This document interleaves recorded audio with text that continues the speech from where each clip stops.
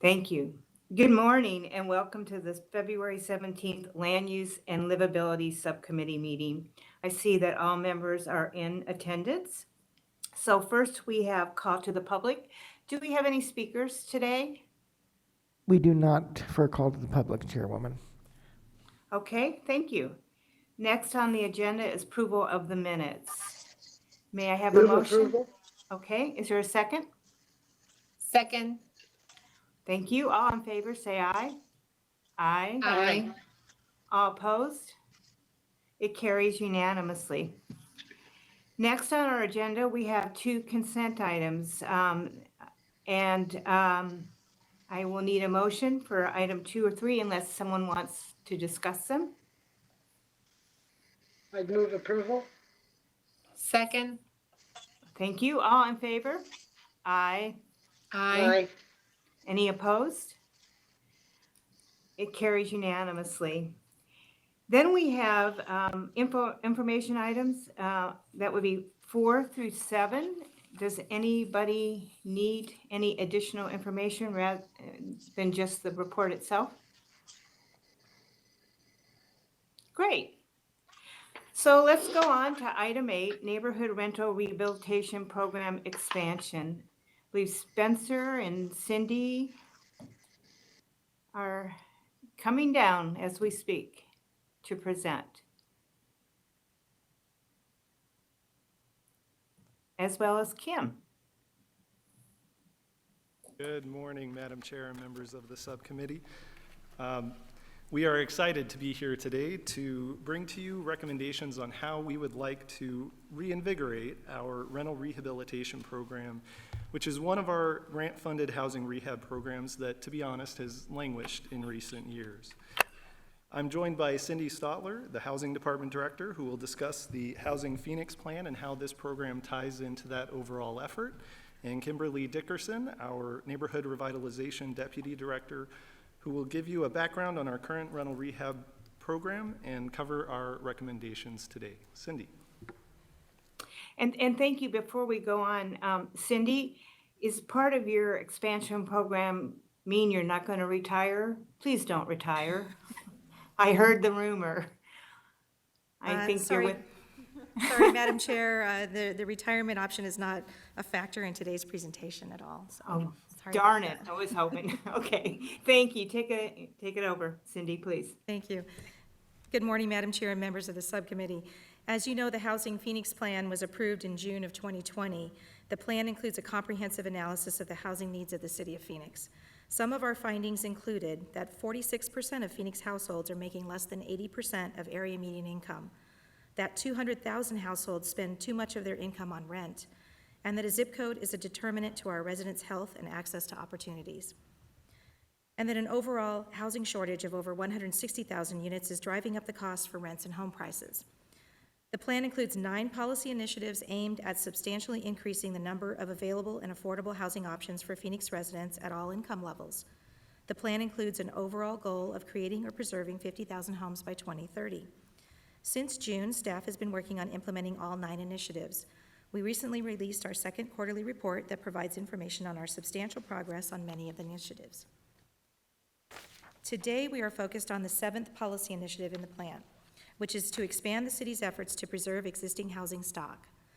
Naturally occurring affordable housing provides opportunities for those Phoenix households making 80% or below area median income. Efforts identified in the plan include land banking, implementing a community land trust, and the rehabilitation of existing homes. These preservation programs are essential tools that assist in the city's ability to maintain the quality of our affordable housing and prevent displacement in areas that are subject to gentrification. The Neighborhood Services Department's rental rehabilitation program is an essential tool for the preservation of naturally occurring affordable housing. So I'm very happy to turn this presentation over to Kim Dickerson to talk about the expansion of the program. Andy, good morning, Madam Chair, members of the subcommittee. Can you hear me? Microphone on. It is. Can you hear me? We can hear you. You can hear me? Okay, thank you. Thank you, Cindy, and good morning, Madam Chair, members of the subcommittee. As Cindy noted, my name is Kimberly Dickerson. Today I'll review with you the Neighborhood Services Department Rental Rehabilitation Program and introduce our recommendations for a more robust rental rehab program. Oops. Program participation is currently solicited through a competitive procurement process, which is open once a year in the fall for a 6-week period. Over the past 5 years, we've received 3 rental rehab program applications, of which one project was completed for a total of $87,000. The rental rehab program is open to neighborhoods citywide. Funded with community development block grant dollars, the program focuses on repairs to address the property's structural and health and safety needs to provide suitable living conditions for low and moderate income residents. Property owners are extended a no interest, no payment forgivable loan to complete the project, which requires rents be kept affordable over the length of the loan. Over that 5-year affordability period, program participation requires reserving at least 51% of the units for persons at or below 80% area median income, following HUD fair market rent levels, and for the first year, rent increases are prohibited.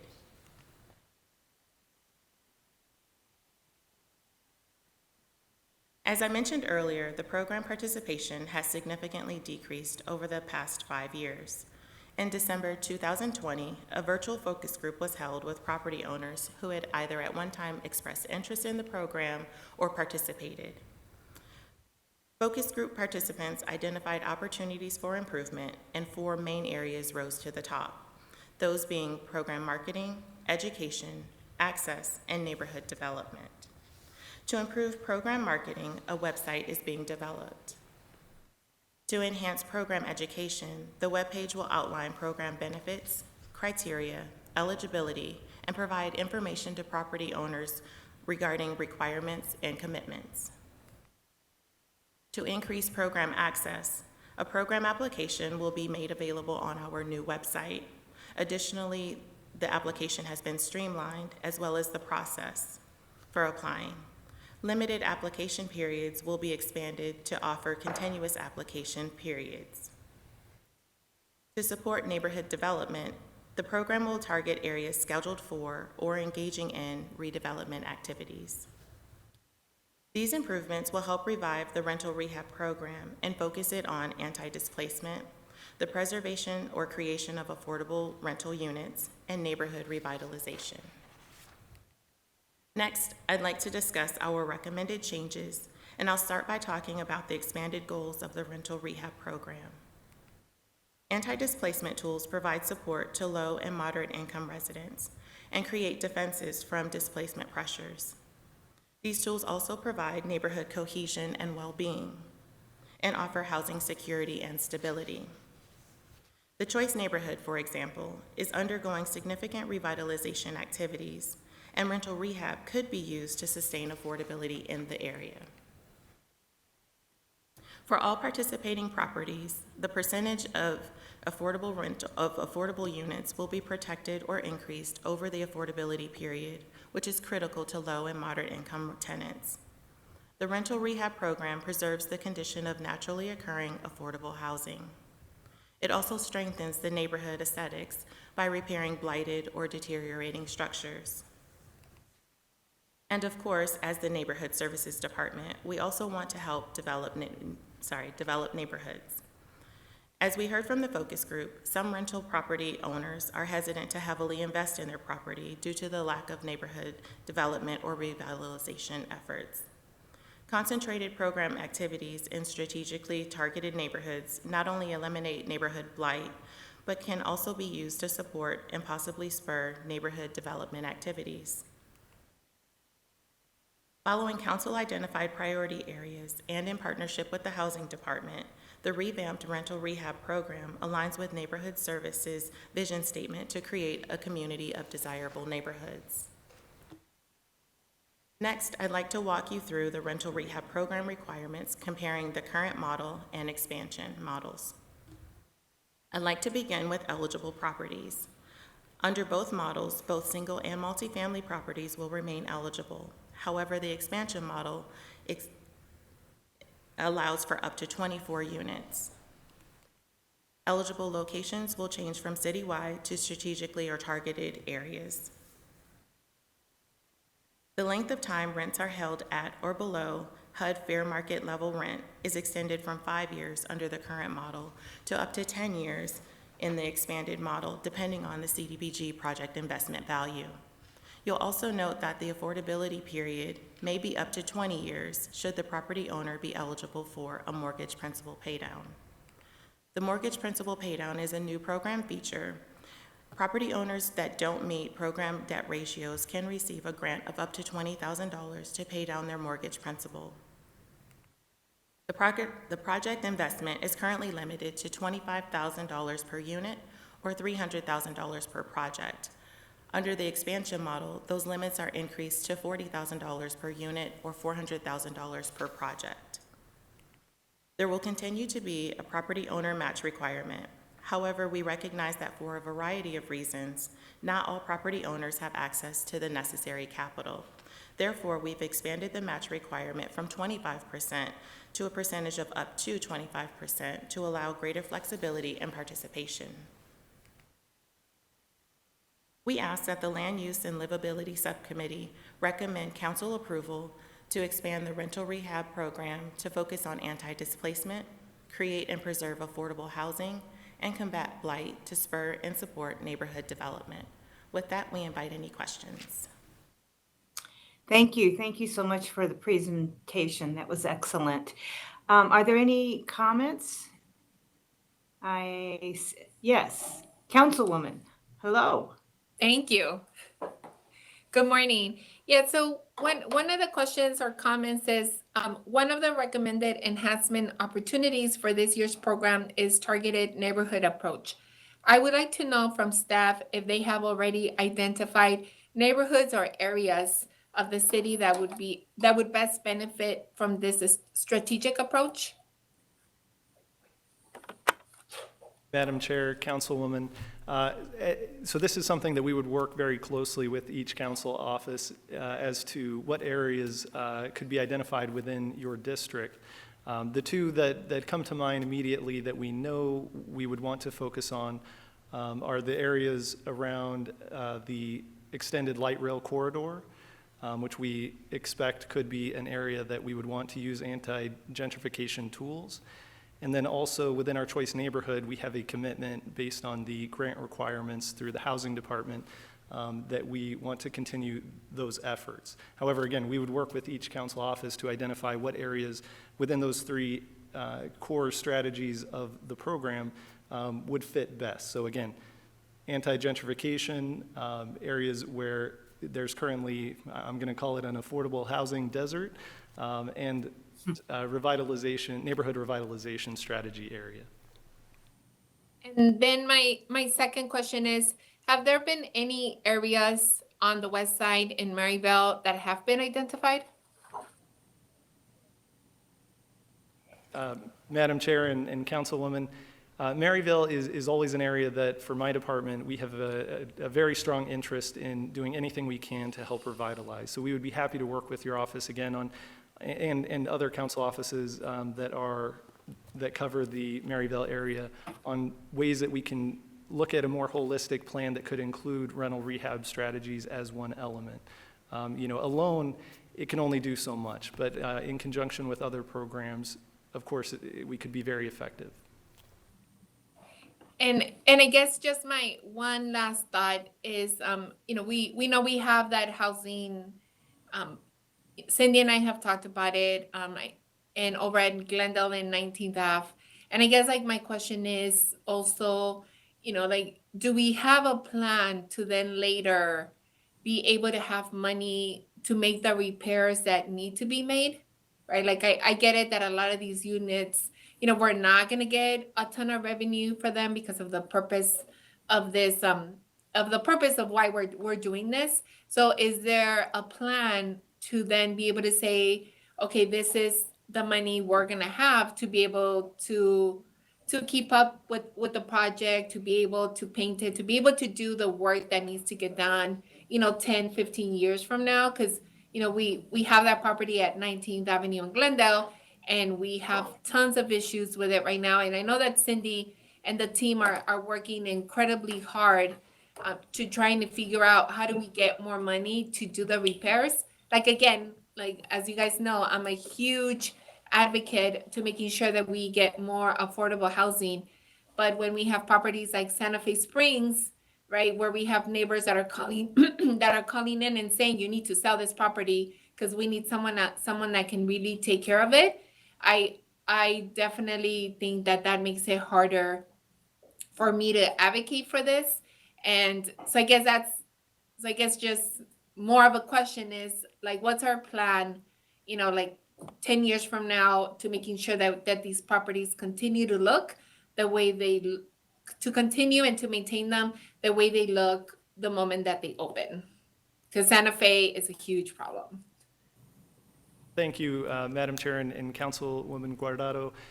You bring up a really good point, and I think it's important to stress, particularly for the community who may be watching, that what we're talking about here are privately held rental units. And so while Santa Fe Springs is part of the city's inventory and assets, we are talking about privately owned rental establishments. However, you bring up a really good point. So with these units, we know that they can deteriorate. They have items that wear. You have to paint regularly. You have to replace surfaces that are exposed to the sun and just regular wear and tear and damage.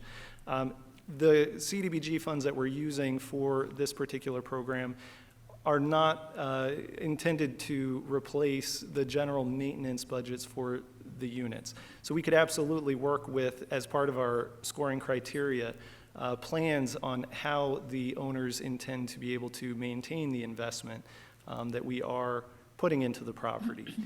Additionally, I would note there are tools and the ability for, let's say, for instance, we have an owner and they are struggling and they're not able to maintain the property and they ultimately need to get into a position to sell. So as long as we have a lien on the property, we can ensure that it doesn't sell, at least not without satisfying that lien obligation, which could happen in a couple of potential forms.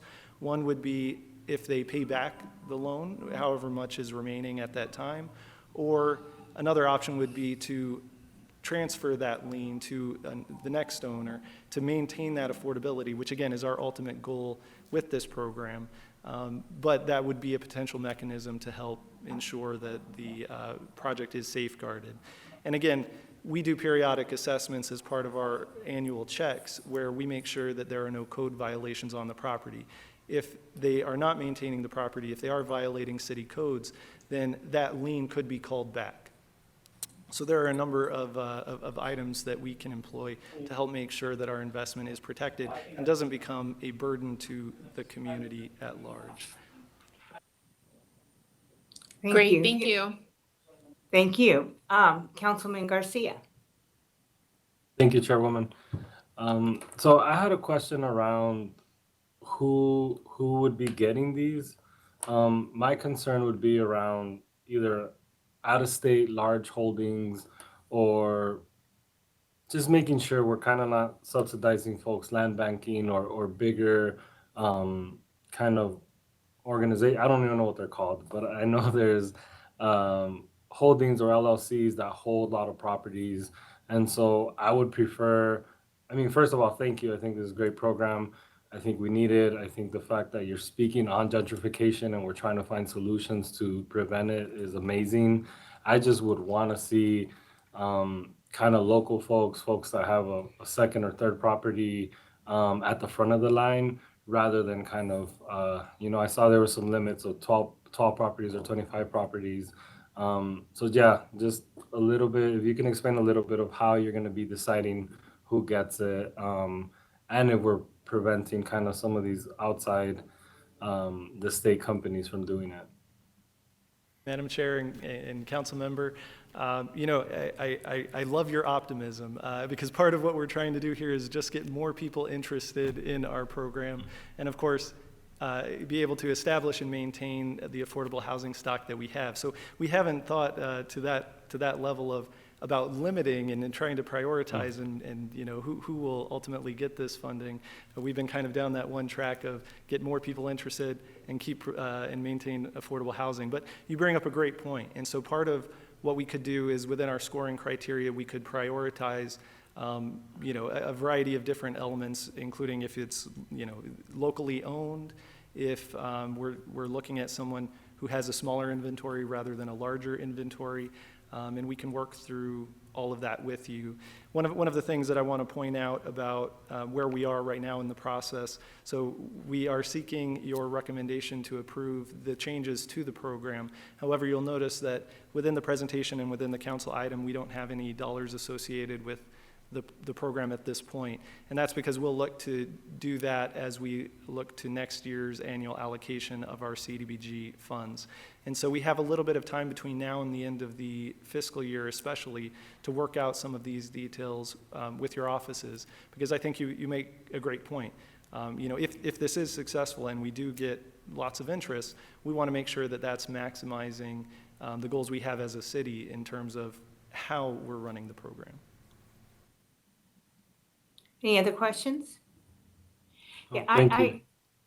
I agree with the councilman. I think it's important that we develop some criteria and look to local. I think they will invest more in the community because they live in the community. So hopefully you'll be setting up those meetings shortly to meet with all the different council offices. That would be great. Are there any other questions? Can I get a motion then? Chairwoman, I think we do have a public comment. Oh, yeah, thank you. See, this is a problem doing this remotely. I don't get those speaker cards in front of me. So please, could you announce who's Yes. speaking? Yes, I'm it's sorry. Mark Mazzacco. Mark, are you on the line? Yes, I am. Please proceed. Great. Hi, everyone. Thanks for Hi. letting me join. Can you guys all hear me? Oh, absolutely. Yes, we can hear you. Awesome. So yes, my name is Mark Mazzucco, and I own a property in the Phoenix area on Rosa Road. And I was part of the working group back in December that provided the feedback about the rehab program and kind of showed interest in it. And in doing so, you know, I got a lot of excitement during the working group because of the potential and the possibilities for the program. And so I was really excited. I wanted to participate in it, but then ever since December, it sounds like it kind of had dropped off. I hadn't heard back. I hadn't been getting any emails, responses back on the program. So I definitely recommend that expanding this program would allow landlords and homeowners like myself to have access to that necessary resources to improve and maintain the quality for affordable housing across the city. I know, for example, one recent experience that just happened, one of my tenants last week actually had their car broken into, and then there were some other safety related issues over the last few weeks. And so with that grant money, you know, I would be able to add more lights, cameras, other safety related improvements that I feel would really help the area and continue to just make it a safer environment for everyone. So I know that my goal is to try and eliminate that blight that you guys have been talking about and to help ensure the safety of residents. And my only issue that I've had, obviously, since owning the property has been, you know, the funds to try and add some of these kind of features that make it a lot easier. Thank you so much for your comments. We appreciate that. With that, do we have a motion? Motion to approve? Is there a second? Second. Thank you. All in favor, please say aye. Aye. Aye. Any opposed? It carries unanimously. Thank you. Our next agenda item is Smoke-Free Parks Update. This is just for info and discussion. I think Cynthia will be presenting.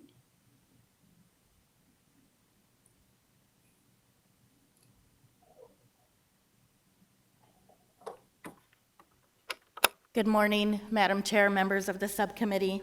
My name is Cynthia Aguilar. I'm the Acting Parks and Recreation Director, and I'm here to provide you with an update on smoke-free parks.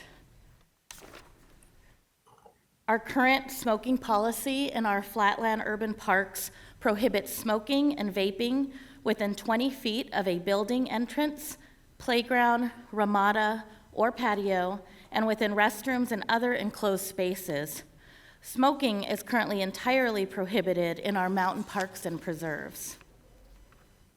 In conducting our research into smoke-free parks, we have found that of the top 10 largest cities in the U.S., Phoenix is the only city that doesn't currently have a smoke-free policy. Here in Arizona locally, there are about a dozen cities that have also implemented smoke-free parks, and the largest of these is the city of Goodyear. In each of these cities, both locally and nationally, this includes, the smoke-free policy includes prohibiting the use of any tobacco products and marijuana. The Parks Department has taken previous steps in the past to consider smoke-free parks. In 2015, the Parks and Recreation Board approved a 2-year tobacco-free pilot program at El Oso Park after the department was approached by students from Trevor Brown High School. The students were part of the STAND program, which stands for Students Taking a New Direction. This group of students serve as advocates for tobacco prevention. As part of the pilot program, tobacco-free signage was placed throughout the park, and students also regularly conducted park cleanups and surveys of park users. Survey results throughout the pilot indicated that there was a reduction in the amount of tobacco-related debris found in the park, as well as a reduction in overall use. In 2018, a broader community survey was conducted in partnership with Maricopa County Department of Public Health and other community partners to gauge the public's interest in a citywide tobacco-free park system. Over 3,000 surveys were collected with responses from 66 of 75 zip codes. Approximately 80% expressed support for implementing a tobacco-free park system.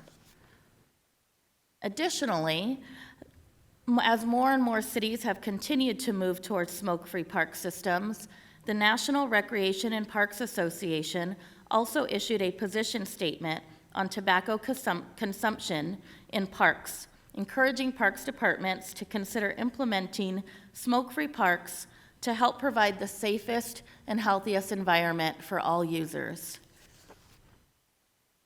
As we continue to explore smoke-free parks, part of our process will also include identifying any exceptions that need to be considered, such as designated smoking areas at special events and continuing to allow smoking at city golf courses, provided it takes place 20 feet away from buildings or doorways.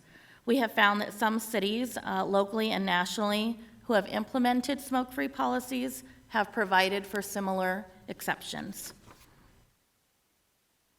And as for next steps, after soliciting feedback from you today, we plan to provide an update to the Parks and Recreation Board later this month on February 25th. If there is support for this, we would then return to the Parks Board asking for approval to incorporate smoke-free parks into our existing code of conduct. If approved, this would prohibit the use of all vaping or tobacco products and marijuana. By adding this to our code of conduct, our goal would be to help educate the public about the importance of following this policy. Should anyone still choose not to comply, our rangers would then have their normal ability to trespass if absolutely necessary. We also plan to return to subcommittee in April to provide you with an update at that point on our progress. And this concludes my presentation. I'd be happy to answer any questions. Thank you. Actually, I didn't realize that our program started with students from Trevor Brown. This happened before I was on council, so I say kudos to those students. That is outstanding. Are there any comments or yes, I see the councilwoman raising her hand. You must be proud of those students as well. Yeah, no, it's pretty amazing. I've seen those students do a lot of different things, and Yeah. they've been very politically involved and done a lot of great stuff that in my previous life was able to do with them. So that's exciting to hear that they're the first. Not surprised, so pretty amazing. I guess my first question, Cynthia, in terms of enforcement at El Oso Park, how has that worked out? Like how is that working? Thank you. Yes, Madam Chair, Councilwoman Guardado. It's a great question. The tobacco-free signage is still posted throughout the park, as I know you're familiar with. And so staff, when they do encounter people who are smoking, will just educate them on that. I'm not aware of any trespassing or citations or anything like that that's had to happen out there. People have been really good about complying with that overall, I would say. Yeah, I would say that park it's pretty. I was just there a few days ago, and it's very clean, and I really like what has happened at El Oso Park because of that. So with that, I just wanted to say that I support having Phoenix join the other major cities in our country and designating our parks as smoke free. But I want to make sure that we do everything we need to ensure that we are unified public messaging campaign on this item. I think it's going to be incredibly important that we all work together, that we work on signage. I know that you and I, Cynthia, have had many conversations around the COVID signage and different signage that we need for the parks. And I think I like the model of working with the high schools that are near the parks, and even maybe even working with the school districts. I know that over at Maryvale Park, we have the Cartwright Garden right next to the park. So I'm sure there's a way where we can work with the school districts to be able to be able to move this forward. And I will do whatever I can to support you, Cynthia, and support the staff to making sure that we don't make this as something like, oh, we're going to slap your hand if you're smoking at the park. It's more like, let's create a campaign where we get our students to be very involved, stay activated. Maybe it's a way where we can, show our children something different. As a mother too, like I think I very proud that my 10-year-old was able to get my husband to stop smoking. So I think that's part of it is a lot what he learns from school. But I think as a mom, I think I take a lot of pride into that. And I would ask that we create a robust, again, signage program in the parks that's clear, that's visible, that we create some policy around this, and trying to figure out, again, how do we activate school districts, children, and and that we do great things for our parks. So with that, I would like to say that I want to be able to support this and support our park rangers on whatever they also need to be able to enforce this. Thank you. Thank you. Are there any other comments? Councilman?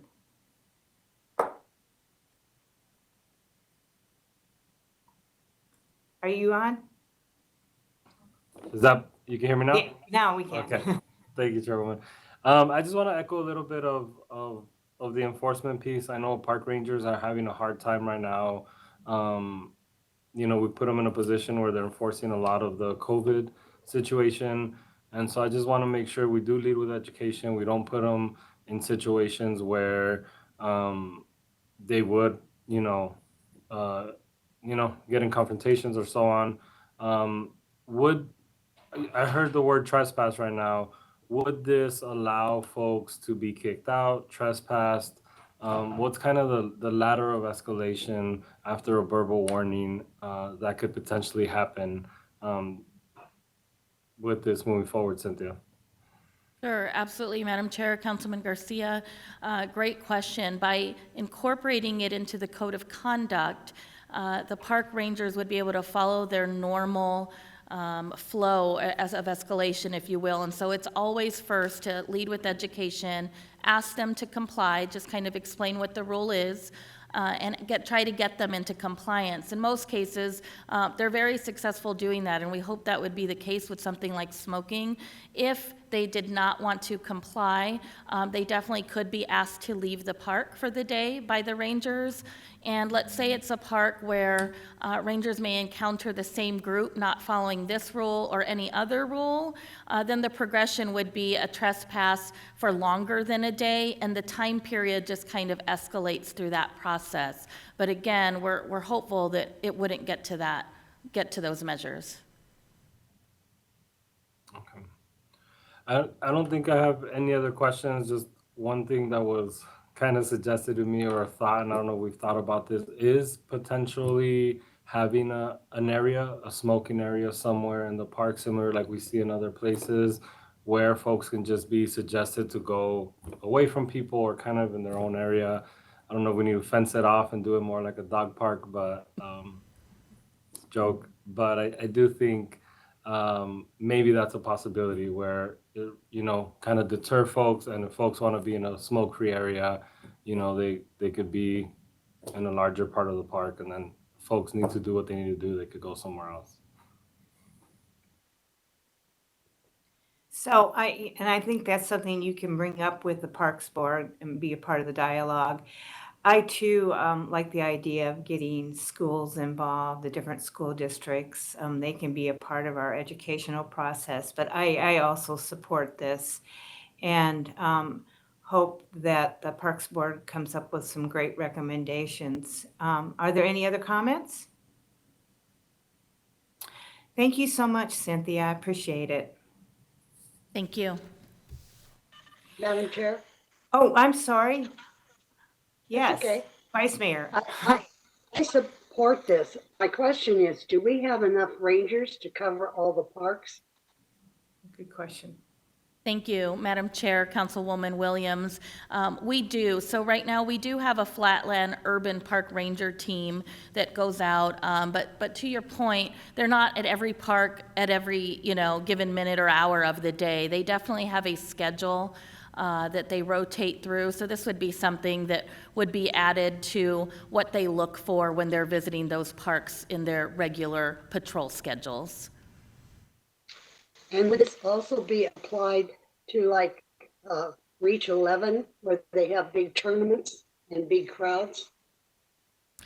Yes, Councilwoman Williams, that would be something that we would need to work through with the Parks Board to determine if that is a situation where a facility like that would also be smoke-free, or if it would be part of our considerations for exceptions. Okay, so you would have exceptions, or could have. Yes, Councilwoman Williams, part of the process will involve identifying if and what those exceptions could be. We have found the most common ones in other cities to be sports facilities, such as spring training facilities, where they may have designated smoking areas outside of the facility. City golf courses and some special theater venues are some of the things we have found in other cities' policies that are considered exceptions. Okay. Well, I will support that, and I do think there's probably going to need to be some exceptions. Thank you. Thank you. Thank you. Any other comments? Again, thank you, Cynthia. We appreciate it. Thank you. Our next item is consideration of a citizen petition relating to requesting the council review political involvement by elected officials. Chris Meyer, I believe. Yes, good morning, Chairwoman Stark and subcommittee members. This is Tony Macarone, and Chris Meyer will be joining me as well, but I will kick off the item just by giving background to let the subcommittee members know that Mr. Andre Williams at the January 20th formal city council meeting submitted a citizen petition, and he's asking for the council to vote on prohibiting the mayor and council members from endorsing and or supporting candidates in any way who seek office within the same body or council in which they're currently serving. So that was his citizen petition. When staff reviewed the petition and conducted some research, we believe that this could potentially raise some First Amendment issues. City Attorney Chris Meyer is here to answer any questions that you may have. But also, in conducting the research, we learned that no other city or town in Arizona or nationwide that we could locate has adopted this type of policy. So with that in mind, staff is recommending that we deny this petition. Thank you. Did you have anything to add to that, Chris? Madam Chairman, no, not unless there's any questions. Well, we do have a speaker. That's Mr. Williams. Mr. Williams, are you on the line? Hi, good morning, council members. Good morning. Members of the city manager's office. Thank you so much for having me. I'm confused about the concerns about the First Amendment rights violation. I have a question for the city manager's office. If we held our elected officials to the same ethical standards as our city employees, which includes not being able to endorse candidates who are running for City of Phoenix offices, would you consider that as a First Amendment rights violation? Are we violating the rights of 14,000 employees in the City of Phoenix? Actually, maybe if you could speak to that, because I think a few years ago we did relax some of the rules with regards to the Hatch Act. Madam Chairman, members of the subcommittee, there are different standards that apply to city employees than there are to elected officials who are not city employees. For elected officials, the law basically is that they have the right to make endorsements. Now, they cannot give the impression that it's on behalf of the city or behalf of the council, and they can't use any city resources to do that, but they can make endorsements. The issues for city employees are a little bit different because they are employees. They cannot use their position as a city employee to influence elections. Okay, and so I have a question for the council members.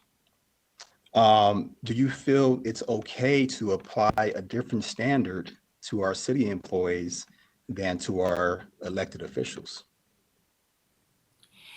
I got to tell you, I once endorsed candidates. I no longer endorse candidates, but I do believe in freedom of speech. I don't know if any of the other members of the subcommittee want to state their opinions on that. And I'm not sure how we would control it either. I mean, council members have a right. Again, we're not city employees. I once was a city employee, and it's very true. We have to be very cautious as a city employee. And I know a few years ago we did relax some of the rules and allow employees to do some things like post a yard sign if they want to support someone. But again, they're still limited, and I think most employees don't really do that. So, but I tend to think we need to deny this and just allow council, if they choose to endorse someone, to allow them to endorse them.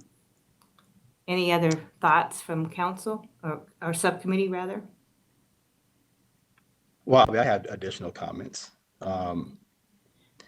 It seems, and I know some members of the council understand that the system, works for some people in a certain way and it works differently for other people, right? It's kind of sort of the problem with government, right? Government trust is at an all-time low. And I believe, that part of that lack of trust is because our elected officials are held to a different standard than everybody else. And I would like to have a further conversation about this. I was taking a look at the ethics handbook for city employees, and it's clear that they cannot endorse candidates running for City of Phoenix mayor or council members, right? And so we really need to understand why there's a difference between what our elected officials can do and what our city's employees can do. It's a core problem with the system, and I think we really need to just ponder this further, and not simply deny it just because we feel like we would like to endorse candidates in the future. I can tell you that,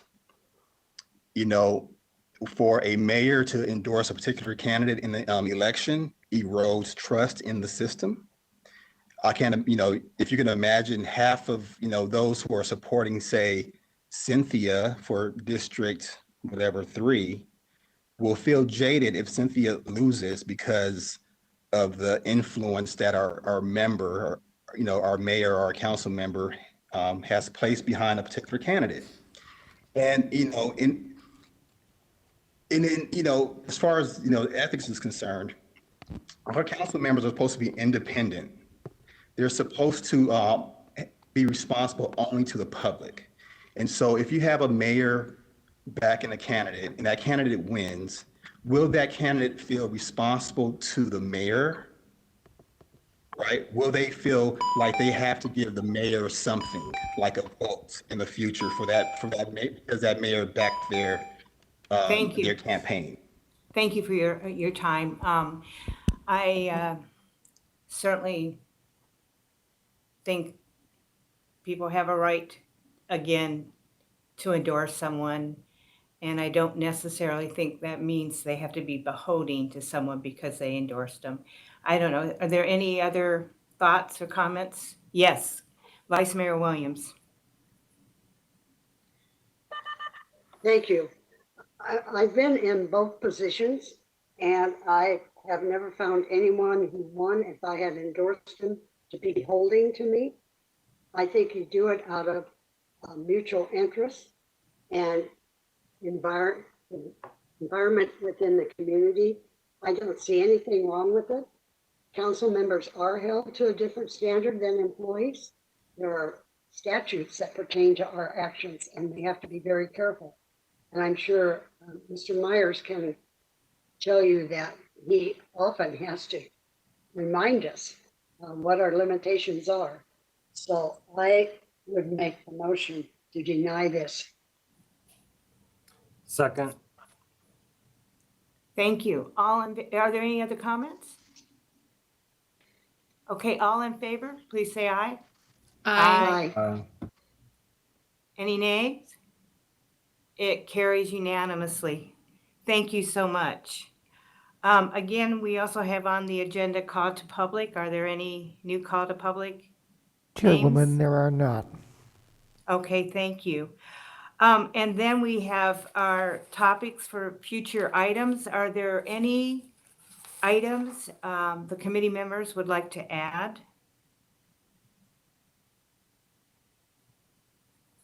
Yes, Councilman Garcia. Thank you, Chairwoman. It's been brought to my attention from the Mexican consulate that they would like for us to consider or have a conversation about their consular ID cards, particularly around the pandemic for some of the social services. I know there's a bill at the legislature, but there is some services like the utilities assistance and so forth that the city's providing. And I would appreciate a conversation about our relationship to those consular ID cards. Do we accept them? Do we not? And so on. Okay. Should that be in this subcommittee, or is that better served in the workforce and economic development? I'm not sure. Okay. We'll put it on the list. We'll put it on the list and we'll figure it out. Okay, thank you. Are there any other thoughts? Okay, then we are adjourned. Thank you so much for attending today. Bye.